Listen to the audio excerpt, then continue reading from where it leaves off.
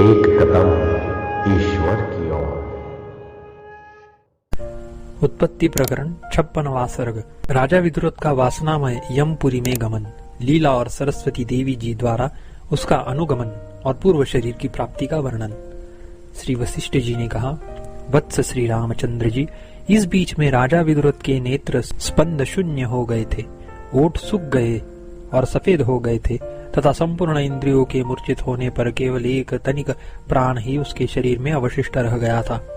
उसकी कांति पुराने पत्ते के समान पीली पड़ गई थी और मुख की छवि नष्ट हो गई थी तथा भबरे की ध्वनि के तुल्य श्वास ध्वनि से वह मुखरित था। मरण मूर्छा रूपी महान अंधकार पूर्ण कुएं में उसका मन डूब गया था। उसकी नेत्र आदि संपूर्ण इंद्रियों की वृत्तियां अंदर लीन हो गई थी। वह चेतना शून्य था। चित्रलिखित पुरुष की नाई उसका केवल आकार ही शेष रह गया था। पत्थर में खुदी हुई मूर्ति की नाई उसके संपूर्ण अवयव निचेष्ट थे। बहुत क्या कहे, जैसे आकाश में उड़ने वाला पक्षी गिरने वाले अपने निवास भूत वृक्ष को छोड़ देता है, वैसे ही प्राण ने उत्क्रमण करने के लिए अवलंबित थोड़े से ही प्रदेश से उस राजा के शरीर को छोड़ दिया। जैसे घ्राण वृत्ति से उपहित संवित वायु में स्थित सूक्ष्म गंध का अनुभव करती है, वैसे ही दिव्य दृष्टि वाली उन दोनों देवियों ने आकाश में गए हुए उस जीव को देखा। वह जीव संवित गगन मंडल में अतिवाहिक प्राण वायु से मिलकर वासना के वशवर्ती होकर आकाश में दूर जाने लगी। तदुपरांत उन दोनों स्त्रियों ने जैसे भंवरियां वायु में मिले हुए सुगंध लेश का अनुगमन करती है, वैसे ही उसी जीव संवित का अनुगमन किया। तदनंतर मुहूर्त भर में मरण मूर्छा के शांत होने पर जैसे वासनामय शरीर से स्वप्न आविर्भाव होता है, वैसे ही आकाश में वासनामय देह से जीव चेतन प्रबुद्ध हुआ। उसने यम के दूतों को और उनसे ले जाए जा रहे अपने वासनामय शरीर को देखा तथा बंधुओं के और्ध्वदेहिक पिंड प्रदान से उत्पन्न हुए से अपने स्थूल शरीर को देखा। तदनंतर वह अति दूर, जिसकी यात्रा 1 वर्ष में पूरी होती है, दक्षिण मार्ग में स्थित तथा प्राणियों के कर्म फलों को प्रकट करने वाली यमपुरी में पहुंचा, जो कि बहुत से प्राणियों से घिरी थी। उसके यमपुरी में पहुंचने के पश्चात यम ने उसके कर्मों पर विचार कर आज्ञा दी कि इसने पाप कर्म कभी किए ही नहीं, यानी इसका एक भी पाप कर्म नहीं है। सदा लोभ आदि दोषों के संपर्क से रहित तथा पुण्य कर्मों का अनुष्ठान करने वाला यह श्री सरस्वती देवी जी के वरदान से बढ़ाया गया है, यानी इसके पुण्यों की वृद्धि की गई है। इसका पूर्व जन्म का मुर्दा शरीर फूलों से वेष्टित मंडप आकाश में है। यह वहां जाकर उस शरीर में प्रवेश करे और आप लोग मेरी आज्ञा का अनुसरण करने वाले चित्त से इसे छोड़ दे। तदनंतर क्षेपणी यंत्र एक प्रकार के गुलेल से गिरे हुए पत्थर के समान आकाश भाग में उसे छोड़ दिया। फिर तो जीवकला, लीला और श्री सरस्वती देवी ये तीनों मूर्तिमती थी। तथापि राजा विदुरथ की जीव कला ने उन्हें नहीं देख पाया। वे दोनों तो राजा की जीव कला को देखती ही थी। उक्त जीव कला का ही अनुगमन कर रही वे दोनों आकाश को लांघकर अनान्य लोकों का अतिक्रमण कर जगत रूपी घर से निकलकर दूसरे जगत के ब्रह्मांड में पहुंची। दूसरे ब्रह्मांड के भूलोक से आकर अपने सत्य संकल्प से रूप धारण करने वाली वे दोनों देवियां राजा विदुरथ की जीव कला के साथ राजा पद्म के नगर में पहुंचकर जैसे कमल में वायु और सूर्य की प्रभा प्रवेश करती है और सुगंधी वायु में प्रवेश करती है, वैसे ही एक क्षण में स्वच्छंदता के साथ लीला के अंतपुर के मंडप में प्रविष्ट हुई। श्री रामचंद्र जी ने कहा, ब्रह्मन, राजा विदुरथ का जीव शव के निकट घर में कैसे पहुंचा? उस मृत शरीर वाले को मार्ग का परिज्ञान कैसे हुआ? श्री वशिष्ठ जी ने कहा, हे राघव, उस जीव की वासना के अंदर शवरूप पद्म शरीर में अहम भाव था, अतएव उसके हृदय में वह सब मार्ग आदि स्फुरित हो जाता है। इसलिए वह उस घर को कैसे प्राप्त नहीं होगा?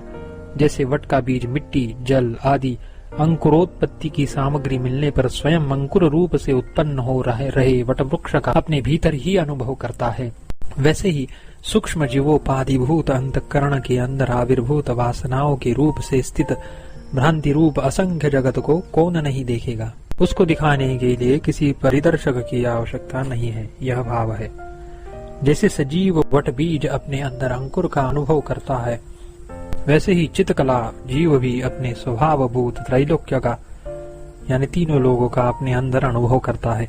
जैसे अन्य स्थान में स्थित पुरुष दूर देशांतर में स्थित अपने निधान की यानी भूमि में गाड़े हुए धन की निरंतर सदा मन में भावना करता हुआ भली भांति देखता रहता है, वैसे ही सैकड़ों जातियों से युक्त भी और भ्रम में पड़ा हुआ भी जीव अपनी वासना के अंदर अंतर्हित अपने अभिष्ट को देखता है। श्री रामचंद्र जी ने कहा, गुरुवर, जिसे पिंड नहीं दिया जाता उसमें पिंडदान आदि वासना का हेतु नहीं है। अतएव पिंडदान आदि वासना से रहित आकृति वाला वह जीव कैसे सशरीर होता है। श्री वशिष्ठ जी ने कहा, वत्स श्री रामचंद्र जी, बंधुओं द्वारा पिंड चाहे दिया जाए अथवा न दिया जाए, परंतु यदि प्रेत में मुझे पिंड दिया गया ऐसी वासना उदित हो जाए तो उक्त वासना से ही पुरुष को पिंडदान का फल शरीर लाभ हो जाता है।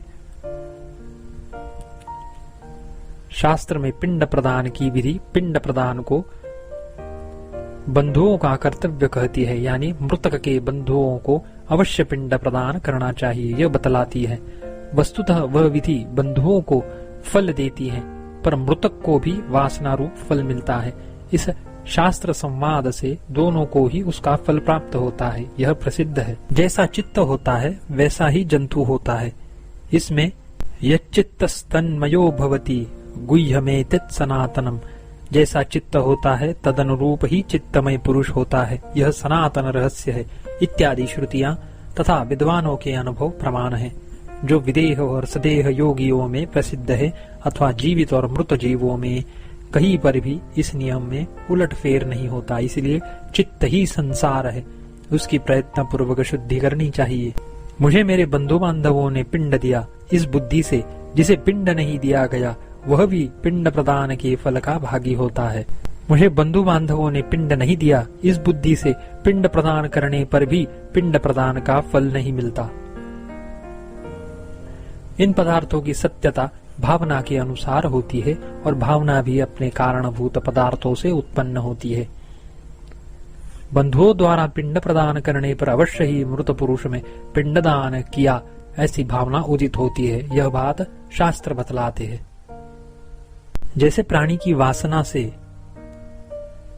यानी गरुड़ की उपासना करने वाले पुरुष की अपने में गरुड़ भावना करने से सर्प का विष भी अमृत बन जाता है यानी पच जाता है, वैसे ही असत्य पदार्थ भी सत्य रूप से भावना करने से सत्य हो जाता है।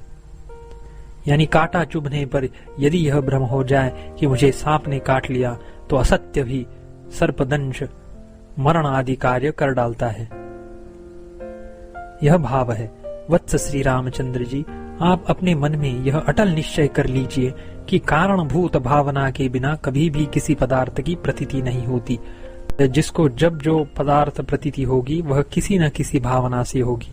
कारण यदि सत्य हो तो कार्य की सत्यता हो सकती है, पर भावना तो सत्य नहीं है। सत्य कारण के बिना उत्पन्न हुआ कार्य भी नहीं ही है।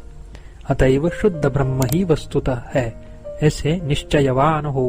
कारण के बिना कार्य की उत्पत्ति महाप्रलय पर्यंत न तो कहीं देखी गई और न सुनी गई है। सर्वथा कार्य की सत्ता कारण ही कारण की सत्ता के अधीन है। यही बात सब प्रमाणों से सिद्ध होती है। यह भाव है। जो स्वतः उदित यानी नित्य स्वप्रकाश ब्रह्म है, उसको छोड़कर अन्य सब वस्तुएं कारणाधीन है। भाव यह है कि अनित्य सत्ता में ही कारण सत्ता की अपेक्षा होती है, नित्य सत्ता में नहीं होती। चिन्ह मात्र ही वासना का रूप धारण करता है। चेतन जैसे स्वप्न में पदार्थों का रूप धारण कर लेता है, वैसे ही वह चिति ही पदार्थों के रूप को धारण करती है। वह कार्य कारणता को प्राप्त होती है, वही गमन रहित होकर स्थित होती है, यानी स्थावर रूप से स्थिर होती है। श्री रामचंद्र जी ने कहा, भगवान, जो मैंने पुण्य कर्म नहीं किए अतः मेरे पास धर्म नहीं है, इस भावना से युक्त होकर मरा। उसके बंधु बांधव यदि प्रचुर कर्म करके अर्पण कर दे तो वह धर्म प्रेत वासना से विरोध होने के कारण निष्फल हो जाएगा, अथवा बंधु बांधवों की वासना के प्रबल होने से निष्फल नहीं होगा। उन दोनों वासनाओं में सुहृद वासना धर्म होने से सत्य है और प्रेत की वासना असत्य है। वासना की प्रबलता में प्रयोजक क्या है? भोक्तृनिष्ठता या सत्यार्थता, यानी भोक्ता में स्थिर वासना बलवती है यह सत्य वासना बलवती है। प्रथम पक्ष में यानी प्रेत की वासना को प्रबल मानो तो कृतहानि दोष होगा, यानी बांधवों द्वारा किया गया धर्म निष्फल हो जाएगा। यदि बंधु बांधवों की वासना प्रबल है तो अर्थ की सत्यता हुई और वासना कोई वस्तु नहीं रही।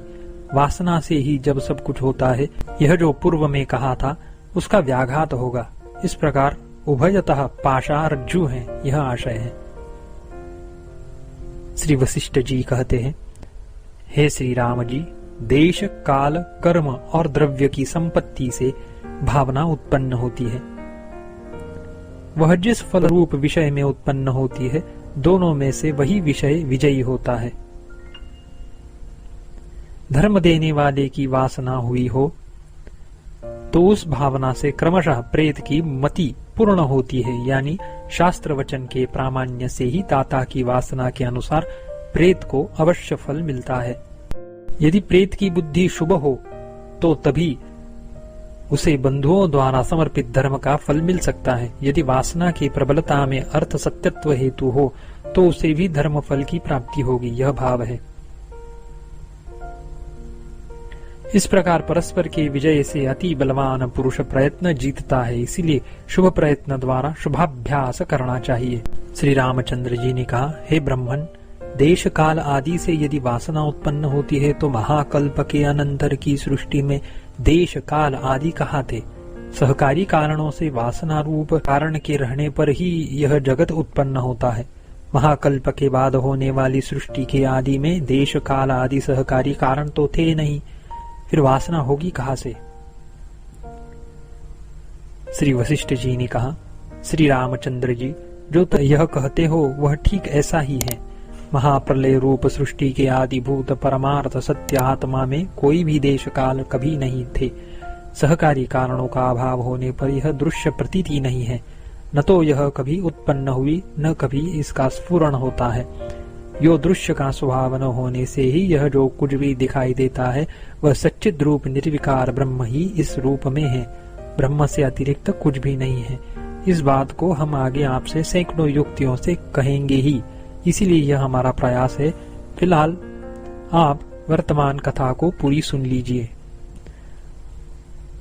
पूर्व वर्णित प्रणाली से राजा पद्म के नगर में आई हुई लीला और सरस्वती देवी जी ने राजा पद्म के महल को देखा।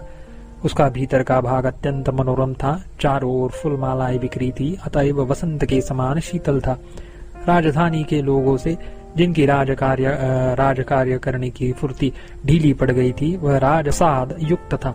उस राजमहल में उन राज कर्मचारियों के साथ रखे हुए मंदार, कुंद आदि की मालाओं और फूलों से ढके हुए शव को भी उन्होंने देखा।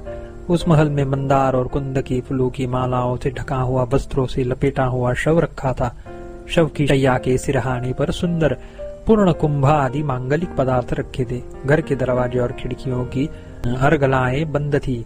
दीपकों का उजियाला मंद पड़ रहा था, अतएव स्फटिक की भांति साफ सुथरी गृह भित्तियां कुछ मैली हो गई थी। घर के एक भाग में सोए हुए लोगों के मुख के निश्वास से वह महल व्याप्त था। वह महल संपूर्ण चंद्रमा के कला सहित उदय प्रकाशित होने के कारण बाहर बड़ा सुंदर था। उसने अपनी सुंदरता से इंद्र भवन की सौंदर्य समृद्धि को जीत लिया था और भीतर ब्रह्मा के उत्पत्ति कमल के यानी भगवान के नाभि कमल की कौंडी के मध्य के समान सुंदर था। शब्द शून्य होने के कारण मुख सा स्थित था और चंद्रमा के समान रमणीय था। 56वां सर्ग समाप्त।